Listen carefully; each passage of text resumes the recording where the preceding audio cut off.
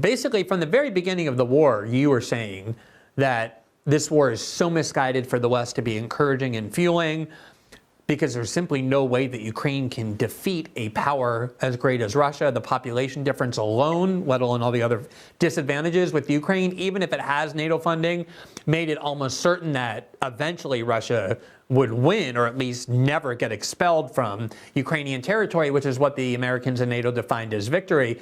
And at the time, very few other people were willing to say it, either because they didn't see it or believe it, or because they were so scared of saying anything against Ukraine because of the media accusation that you are a Kremlin apologist or propagandist or whatever. I think everybody now acknowledges that you've been vindicated in this. Even the Western media is now admitting that the Ukrainian war effort is on the verge of collapse. The Russians are advancing in all sorts of ways.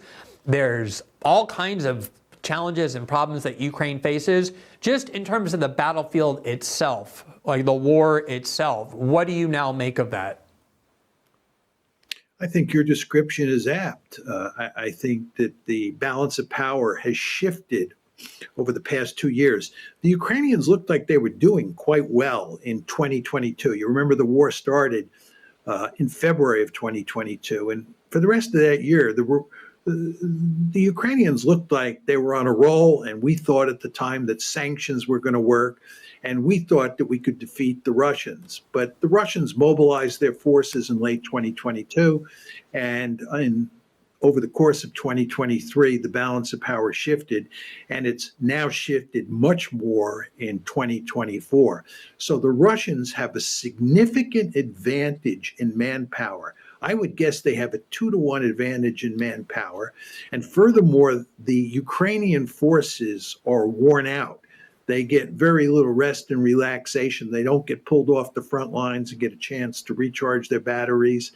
The average age of a Ukrainian soldier is said to be 43 years old. This is an army, when you look at its manpower levels and the quality of the manpower, is in really deep trouble. Then when you look at the weaponry on both sides, the Russians probably have about a 10-to-1 advantage in artillery. The Ukrainians are forming new brigades, and instead of forming armored brigades or mechanized brigades, they're forming pure infantry brigades because they don't have enough tanks and armored vehicles to create mechanized or armored brigades.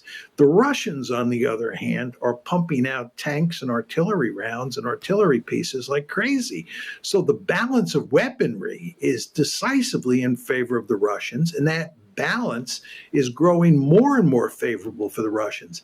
And then the final factor regarding the battlefield has to do with air power. What the Russians did is they had this huge inventory of dumb bombs. These are bombs that, don't come that close to hitting the target when you drop them.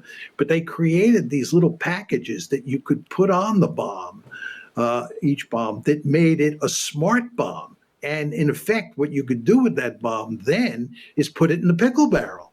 So the Russians have these big bombs that they're dropping from the sky because the Russians control the air.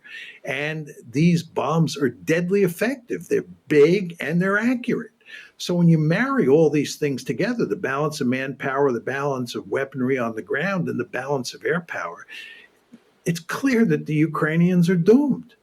So and this is my last question for you, just because actually I have a lot more questions for you, but just in the respecting our time, yours and the show's, I'll just ask one more, which is, one of the consistent themes you have voiced since the beginning, and I remember, I think I've asked you this every time you've been on, is, the US and NATO set a definition of victory that seemed almost impossible to achieve, which was, we're going to expel the Russians from every inch of Ukrainian territory, including Crimea.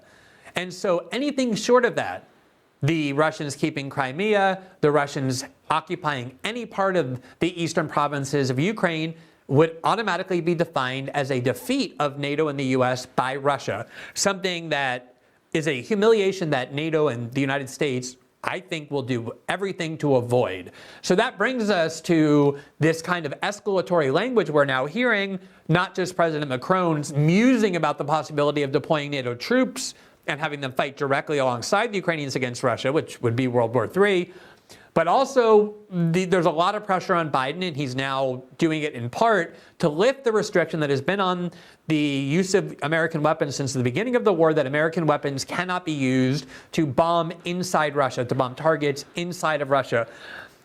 Do you think that, is there any scenario in which the U.S. or NATO will accept defeat as they defined it, or will they do increasingly escalatory things to try and prevent it? I mean, what is the danger here? Well, I think your description of how we painted ourselves into a corner is correct. And we show no evidence of backing off. I mean, the really smart thing for us to do at this point in time, not only from our own point of view, but from Ukraine's point of view, in Ukraine's best interest, would be to try to negotiate some sort of settlement. Right now, before more Ukrainians die and before they lose more territory. But if you look at what we're doing, we're going in exactly the opposite direction as you described it. So the question is, what are we going to do as the situation on the battlefield continues to deteriorate? It's now clear that we basically have given the Ukrainians a green light to hit Russian territory, the Russian homeland, with these missiles like the ATACMS missile that we've given to the Ukrainians. I actually think the Russians will counter those missiles. And I think it will end up not being that big a deal. But I may be wrong. And if I'm wrong, the Russians have made it clear, Putin has recently made it clear, that the retaliation from Russia will be significant. And who knows what that means? It could mean that the Russians will attack bases or storage sites in Poland or somewhere in the Baltic states. Who knows for sure?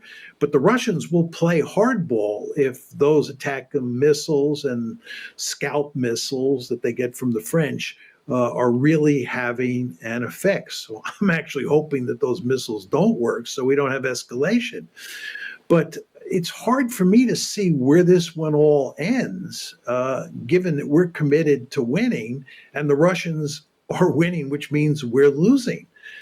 I would imagine that at some point we're going to get a frozen conflict. Right? That's what's going to happen. It's going to look like the 38th parallel on the Korean Peninsula.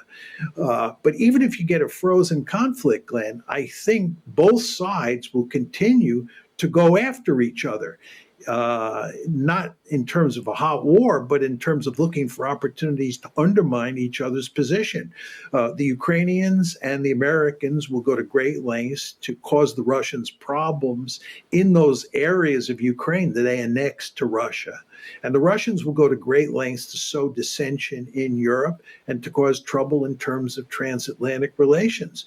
So I think as far as Europe is concerned, you can see nothing but trouble for as far as the eye can see. All of this tells me that that decision on April 8th to bring Ukraine into NATO was really a catastrophic decision. The consequences of that, the negative consequences of that, cannot be underestimated.